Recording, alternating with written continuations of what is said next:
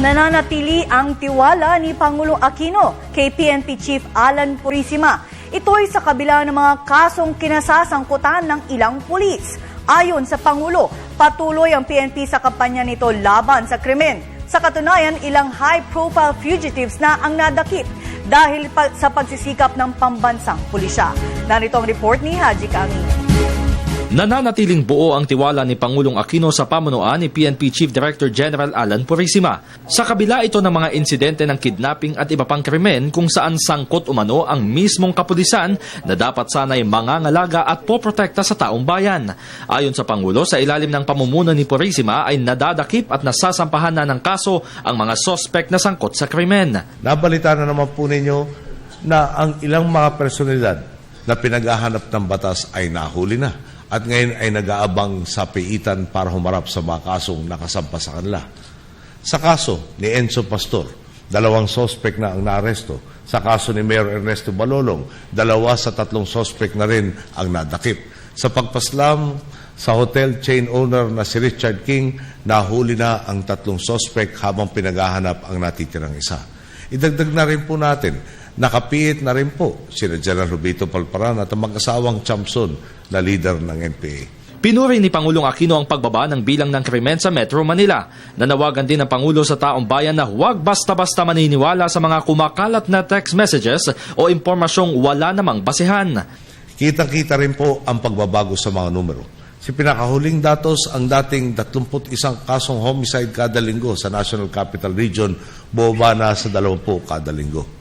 Nakakadesmaya nga po minsan. Dahil nakikita natin na kapag may krimeng nangyari, headline sa dyaryo. Kapag naman nalutas ang krimen, kailangan hanapin ang kapirasong ulat sa page 20. Hindi naman kalabisang hilingin na maging balanse sa pagbabalita ukol sa krimen. Di po ba? Dahil hindi nabibigyan pansin ng solusyon, hindi maiwasan na may ilang kababayang mag-isip na ang gulo naman sa Pilipinas. Nakakadagdag pa nga po sa agam-agam ang sadyang pagpapakalat ng mga balitang wala namang basehan. Matagal na anyang may skalawag sa hanay ng kapulisan na patuloy namang inaaksyonan ng pamunuan ni Purisima. Mga pulis din anya ang humuhuli sa kapwa-pulis. Dagdag pa ni Pangulong Aquino, malaki na ang ipinagbago ng imahe ng kapulisan dahil sa transformasyon hindi lamang sa kagamitan at pag-aalaga sa mga pulis kundi sa kulturang namamayani sa sistema. Ngayon ay hindi na anya tinatantanan ng pulisya ang mga sospek hanggat hindi nadadakip habang mas sistematiko at siyentipiko na ang pangangasiwa sa mga lugar na dapat tutukan. Inatasan na din ng Pangulo si DILG Secretary Mar Rojas na palalimin pa ang pag-aaral sa mga nakakalap na datos at palawakin ang saklaw ng mga programang nagtatagumpay.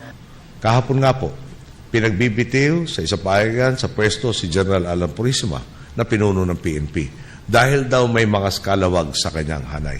Tanungin ko lang po, ngayon lang ba lumitaw ang mga skalawag sa ito o ngayon lang ba nagkaroon ng skalawag sa ating pong serbisyo?